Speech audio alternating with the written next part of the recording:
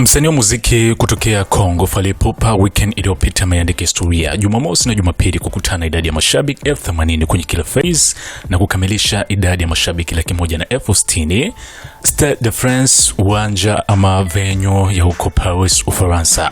Fally Ipupa alifanya matamasha makubwa mawili kwenye siku mbili mfululizo, yani Jumamosi na Jumapili, kuisherehekea miaka 20 kwa kwenye game. Hii ikiwa ni kwa mara ya kwanza kukutana idadi hiyo kubwa mashabiki, yani 80,000 usiku wa Jumamosi na 80,000 usiku wa Jumapili, kama msanii wa kwanza kutokea Kongo kuweza kuheadline kukutana na hiyo capacity kubwa ya mashabiki. Kwenye phase ya kwanza alimpandisha Wizkid kama guest artist, na phase ya pili ni usiku wa kumkia hii leo alimpandisha Diamond kama guest artist. Ni matamasha ambayo yaliweza kufana pakubwa sana, hasa kwa kuwa na mwitikio mkubwa wa mashabiki, lakini pia msanii husika kama headliner ni Fally Ipupa mwenye umri wa miaka 48 kwa sasa kuweza kutoa kile ambacho alikuwa amejipanga kuwapatia mashabiki hao. Simbeni kwa Ufaransa kutumbuiza kwenye venue kubwa.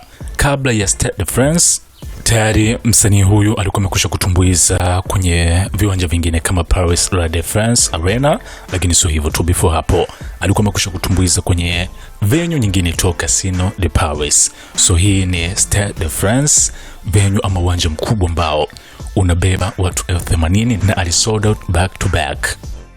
Sasa bado hajiishi hapo, tayari amekwisha kutangaza kuwa Oktoba 25 mwaka 2026 Fally Ipupa atatumbuiza kwa mara kwanza O2 Arena, venue ambayo kwa wasanii wa Afrika si ngeni, na hii ni kutokana kwamba tayari amekwisha kushambuliwa pakubwa sana na wasanii wa maadhi ya muziki wa Afrobeats. So hii itakuwa ni kwa mara kwanza kwa headline kama solo artist Fally Ipupa O2 Arena, London, Uingereza.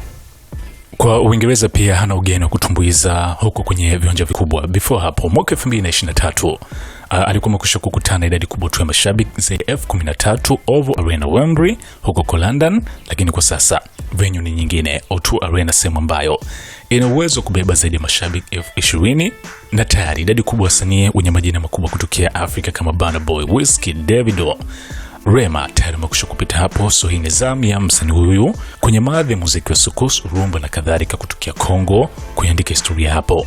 Ni Oktoba 25 mwaka 2026.